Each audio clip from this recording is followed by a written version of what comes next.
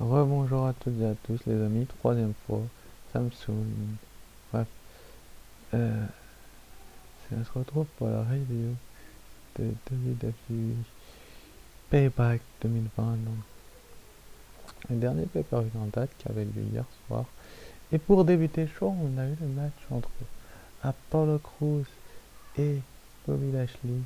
Et c'est Bobby Lashley qui a remporté le match et qui est donc le nouveau champion des États-Unis d'Amérique. Et donc, pour ce qui est de mon avis de ce match, il était pas mal en fait, parce que certes, il n'a pas eu long, mais il était pas mal comment je peux dire ça? Parce que j'aurais pu meilleur.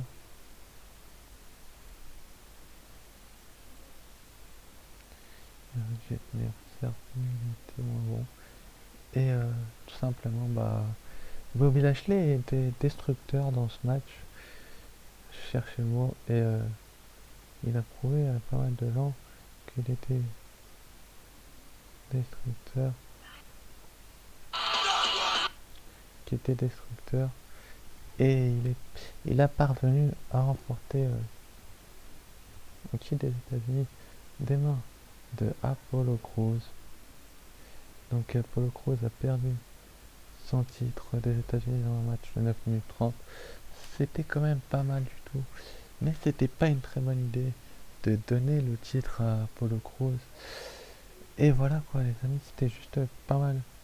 Mais moyen. Et voilà, c'était pas une hyper bonne idée que de lui donner ce fichu titre des États-Unis. Ensuite, après, on a eu Biggie qui a affronté Sheamus dans un match simple. Est-ce que Biggie avait réellement besoin de cette victoire pour avancer dans sa carrière? Je pense pas à 12 minutes de match, ça paraît long quand même, 12 minutes 20 de match. Mais mon Sheamus. Et en fin de cycle, j'ai l'impression que dans les prochaines semaines, il va. Comment dire? Comment je peux dire? Il va régresser encore un petit peu. Et comment je peux dire ça? Et il va avancer dans sa carrière petit à petit. Mais, mais c'est dommageable que Sheamus ne gagne pas ce match parce qu'il aurait pu tout simplement. Comment je peux dire ça? Tout simplement montrer aux gens ce qu'il valait réellement. Mais bon, il est un cran en dessous de, chez, de Biggie Sheamus. Et Biggie l'a prouvé lors de ce match-là qu'il était un cran en dessous, mais est-ce qu'il y avait réellement besoin que de faire de Biggie un homme fort comme ça? On sait que Kofi Kingston va revenir dans une semaine ou deux, en plus parce que c'est 6 semaines d'absence, à moins qu'il paye quelque chose de plus. Mais si c'est le cas, Biggie va se retrouver avec Kofi de nouveau. Le bar a intérêt de près parce que Biggie enchaîne les victoires, comme je l'ai dit, et ça m'étonnerait pas du tout qu'il aille chercher les titres par équipe avec Kofi à son retour. Enfin, les rechercher plutôt sur SmackDown au profit de Cesaro et Nakamura qui l'auront shippé il y a de 6 semaines maintenant. Donc ça fait 2 mois quasiment qu'ils sont champions et qu'ils défendent pas les titres. Si c'était pour leur donner les titres pour pas qu'ils les défendent, ça valait pas la peine. Et je pense que c'est parce que Kofi Kingston était blessé bien avant cela qu'ils leur ont donné les titres. Et du coup, c'est dommage parce qu'ils auraient pu faire autre chose que de donner les titres à Nakamura et à Cesaro, pourquoi pas au Lucha Party leur donner les titres. Mais bon, ils les ont défendus une fois contre la Lucha Party, c'est pas suffisant pour un Ligue de champion. Quand Nulé était champion, il y avait de l'ambiance, la bonne humeur. Et voilà ce que j'ai à dire sur ce Biggie Sheamus. Juste après, on a eu Matt Riddle dans un match de 11 minutes contre le King Corbin. Et pour ce qui est de ce match, le King Corbin a utilisé des manières un petit peu sadiques de mettre en difficulté son adversaire. Et c'est pas propre du tout ça, parce qu'il aurait pu, comment dire, le mettre hors jeu, comme comme je l'ai dit, et malheureusement ce n'est pas le cas. Il n'y est pas parvenu, mais bon, Riddle et, et Corbin, c'est loin d'être fini, je vous le dis tout de suite les amis, parce que Riddle a décidé de faire chier Corbin a essayé de faire chier Riddle encore une fois en attaquant après le match. Mais est-ce qu'il y avait réellement besoin de le faire attaquer Riddle? Alors qu'il venait de perdre sur un frog splash. Un force, il va prendre sur le Bro Derek vers Riddle. Et on entend rappeler par les King Corbin. D'ailleurs, King Corbin, vous préférez chauve ou avec des cheveux? La question était posée par Terence hier soir, je la repose. Moi-même, sur cette chaîne, sur cette review, mais je pense que avec des cheveux, il était beaucoup mieux. Et que, bah voilà quoi, il n'y a pas moyen que de montrer aux gens ce qu'il faut réellement. Matt Riddle, il a enchaîné les victoires, il a perdu qu'une fois depuis son arrivée. C'est pas rien, mais c'est moins bien que le nouveau venu dont je vais parler juste dans 2 matchs, mais c'est pas grave. Ça fait plus longtemps qu'il est là aussi. Et voilà quoi les amis, c'était juste génialissime que de faire de Matt Riddle un tel catcheur, si vous voyez ce que je veux dire. Ensuite après on a eu les un tag team match pour le WWE Women's Tag Team Championship contre Shayna Baszler et Nia Jax qui a remporté le titre contre Sasha Banks et Bayley. Encore un abandon de Bayley. Bayley qui perd le titre par équipe. Sasha Banks n'a plus le titre. Oui, elle a plus le titre et... Il y a des chaussures dans ta chambre, Arthur? Des chaussures? Il n'y a pas des chaussures rouges? Je sais pas. Aïe.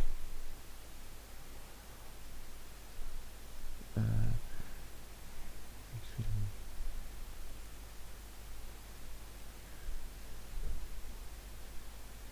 Et du coup, bah, Sasha Banks et Bayley, c'est dommage pour elle qu'elle perde les titres. Mais c'est pour mieux... Comment dire? Comment on peut dire ça, avancer dans les prochaines semaines. Mais il va y avoir... Tu devrais ouvrir les cartons pour regarder dedans. Il y a 40 cartons qui sont pas ouverts. Il va y avoir... Il devait pas y avoir de trahison. Tout de suite, je pense que Sasha Banks va se retourner contre Bayley dans 1 ou 2 semaines. Dans 1 ou 2 semaines. Dans 1 ou 2 semaines, je pense pas, mais c'est peut-être possible que Sasha Banks la trahisse ce soir. Ou dans... Dans 1 semaine. Ou à SmackDown, faudra voir. Mais pour ce qui est de Shayna Baszler et Nia Jax, c'est pas leur photo. Voilà. Kesley qui fume Orton, est-ce qu'il y a une logique là-dedans? Je sais pas, mais ils auraient peut-être pas dû faire en sorte que Kesley le domine autant et que Orton gagne ce match. Malheureusement, Orton s'est fait linger, excusez-moi l'expression, mais il s'est fait linger et il n'y a pas eu match en fait. Il y a eu juste quelques prises d'Orton qui pensaient faire jeu égal avec Kesley, mais il n'y a pas eu réellement de match. Et c'est vraiment dommage parce qu'Orton aurait pu inquiéter Kesley et montrer aux gens surtout qu'il en vaut la peine quoi, si vous voyez ce que je veux dire. Qu'il en vaut la peine et qu'il n'y a pas moyen d'inquiéter Kesley. J'ai l'impression qu'ils vont faire monter en flèche dans les prochaines semaines, tout comme Matt Riddle a fait des vues avant de le faire perdre.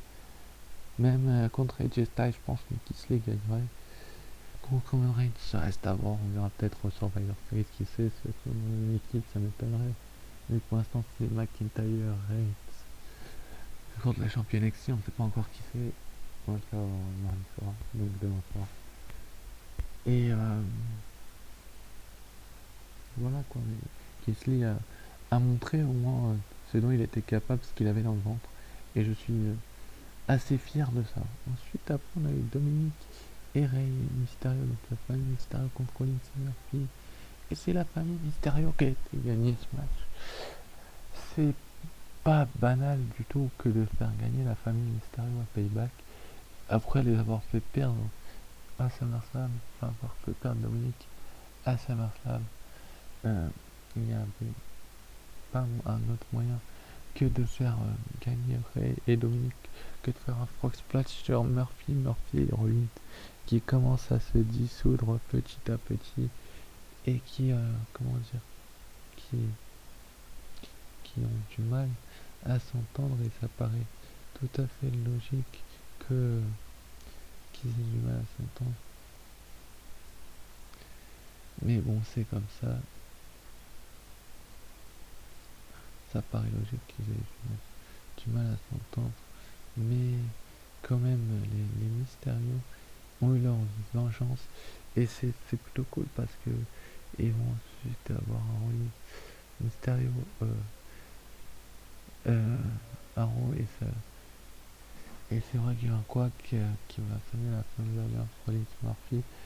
Enfin, ce quack là, ça sonne la fin de leur alliance, et c'est plutôt génialissime parce qu'il n'y a pas beaucoup de gens qui pensaient, il y a de cela quelques semaines, dire que Rollins et Murphy auraient pu, comment dire, auraient pu se dissoudre, et maintenant, bah, les Mysterio ont peut-être réussi à trouver une ouverture. Est-ce que Seth Rollins va se venger ce soir pour,